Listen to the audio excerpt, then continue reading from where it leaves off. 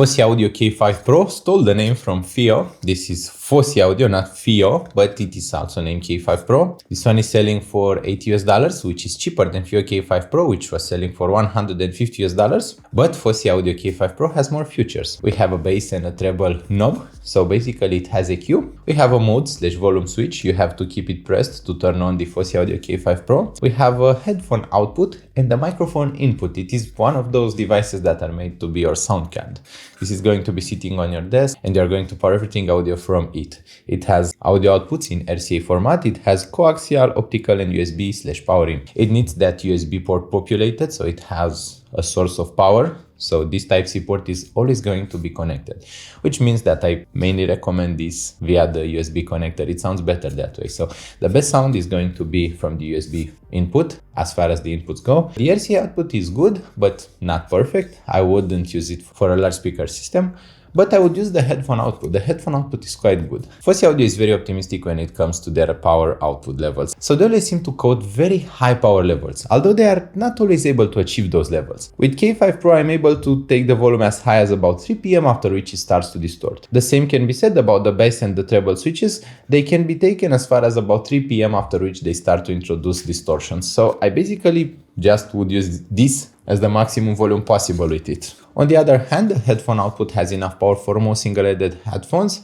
as well as some harder to drive headphones. For example, it can drive Audeze MM500, it can drive Olo S5X very well, Olo S4X, it can drive Sivga Oriole, so it is a good desktop amplifier. It has an audible but not very loud noise floor with IEMs or in-ear monitors. So with in-ear monitors, especially if they are sensitive, you are going to hear some kind of hissing in the background and you are going to hear a somewhat high noise floor. On the other hand, it has good volume control. The right and the left channels are quite balanced, so you don't really hear a channel imbalance, and I find the treble and the bass boost very good. So the sound is generally very flat if you don't engage either of them, but you can engage the bass boost to gain a ton of bass. It is going to be very lush and very deep sounding.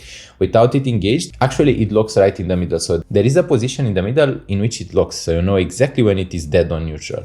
After which it starts to add bass, but it adds sub bass, mid bass and a bit of upper bass, so it doesn't really muddy up the sound. Instead, it increases the bass, the sub bass, it adds more punch, more volume and more depth to music. The soundstage is generally quite flat though, it doesn't have a lot of width and a lot of depth, but it is very good. So for $80, it beats the Fio K5 Pro in terms of usability, so those bass and treble boosters are going to be very interesting options to have, especially if you have headphones with which you aren't entirely happy. It has enough power for most headphones and the noise floor is not loud, so for $80 I can't recommend something that has a lower noise floor and a higher power level.